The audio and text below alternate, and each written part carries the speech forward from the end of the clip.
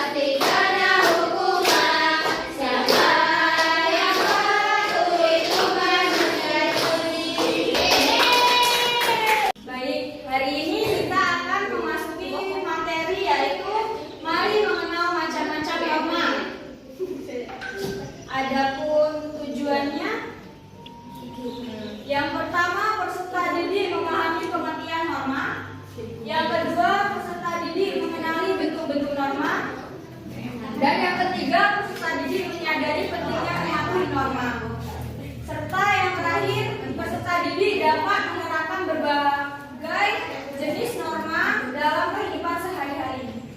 Baik, Ibu mau tanya siapa yang tahu norma itu apa? Aturan, terus apa lagi?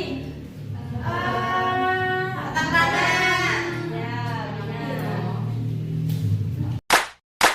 Baiklah, Ibu akan menjelaskan apa itu norma. Norma adalah seperangkat aturan, pedoman atau standar perilaku yang berlaku di masyarakat untuk mengatur tindakan individu agar selaras dengan kepentingan bersama, menciptakan ketertiban dan mencegah kekacauan yang berupa aturan tertulis ataupun tidak tertulis. Jenis-jenis norma itu ada berapa ya? 4. Pertama apa? Norma agama. Yang kedua? Norma kesusilaan. Ada? Norma kesopanan. Yang terakhir ada norma hukum. Oke. Norma agama itu apa, Bu? Nih, norma agama adalah aturan yang menjadi pedoman hidup bersumber dari ajaran Tuhan melalui kitab suci agama tersebut yang mengajarkan perbedaan antara kebaikan dan keburukan menurut agama. Contohnya seperti beribadah sesuai keyakinan, jujur, tidak mencuri, menghormati orang tua, dan toleransi antar beragama. Yang kedua ada norma kesusilaan. Ayo dibaca. Norma kesusilaan adalah aturan perilaku yang bersumber dari hati nurani individu tentang apa yang dianggap baik atau buruk. Benar ada usaha yang mendorong seseorang bertindak sesuai nilai moral dan kemanusiaan tanpa paksaan. Betul. Jadi norma kesusilaan itu perilaku yang bersumber dari hati nurani. Contohnya apa? Contohnya peduli pada penderitaan orang lain, meminta maaf apabila salah, dan membantu sesama yang bersumber dari hati nurani. Contohnya seperti kemarin ada banjir. Siapa yang terkena banjir? Saya. Betul. Nah, itu kita harus membantu ya. Kalau nggak bisa membantu donasi, kita bisa membantu berdoa.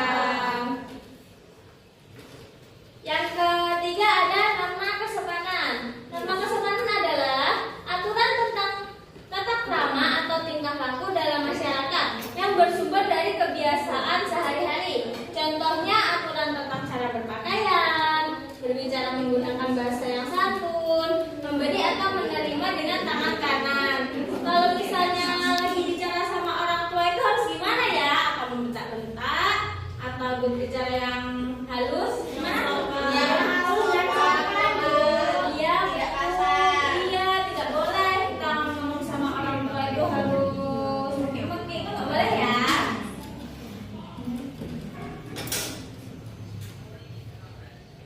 Yang terakhir ada norma hukum.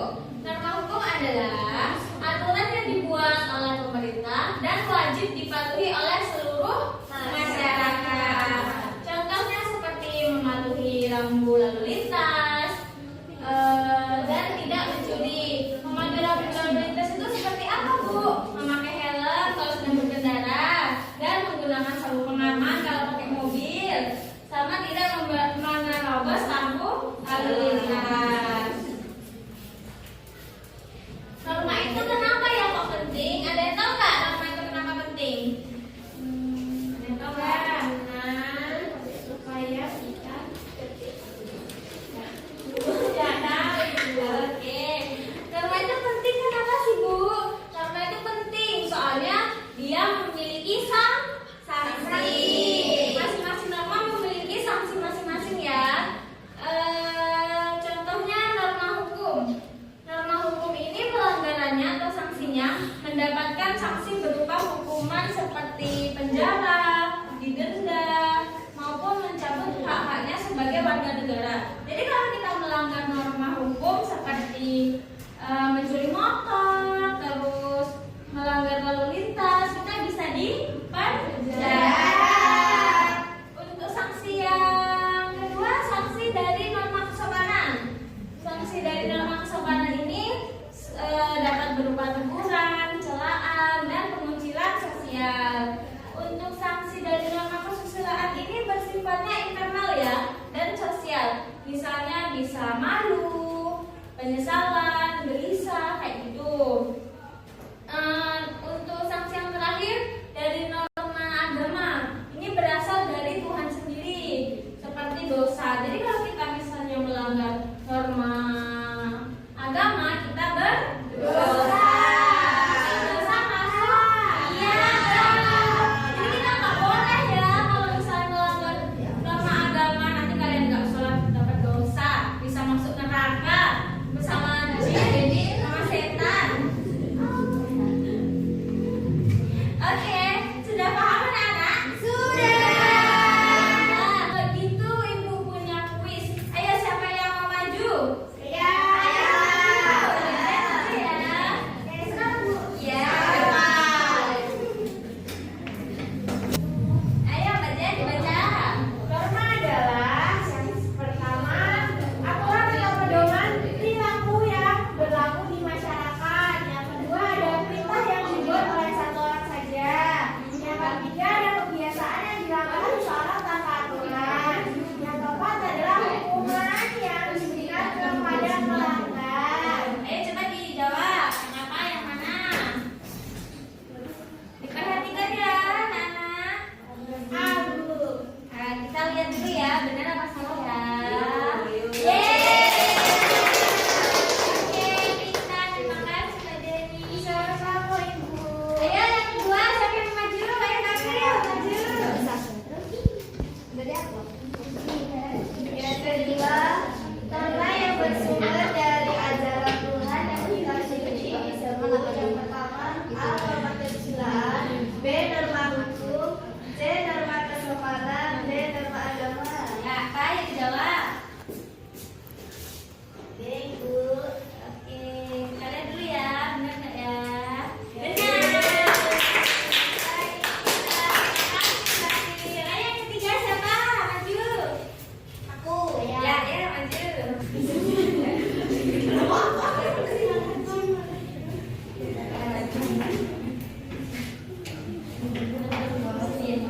Perilaku meminta maaf saat melakukan kesalahan dan membantu sesama dengan kesadaran dari diri sendiri atau hal yang lain termasuk contoh yang A. Ibu. Oh ya,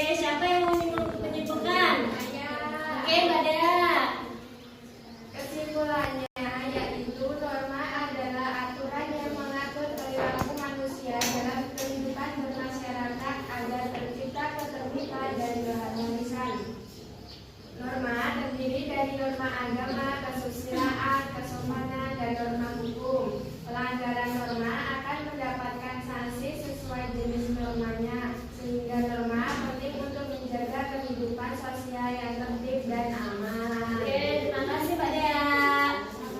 Sebelum pulang, Ibu mau tanya dulu, seru tidak belajar materi norma-norma agama pada hari ini? Oke, ada kesulitan tidak dalam pembelajaran hari ini? Oke, kalau sudah paham semua, sebelum pulang, Ibu minta ketua kelas untuk memimpin doa pada hari ini. Siapa ketua kelasnya? Marilah sebelum pulang kita berdoa terlebih dahulu. Berdoa mulai. Doa selesai. Ibu akhiri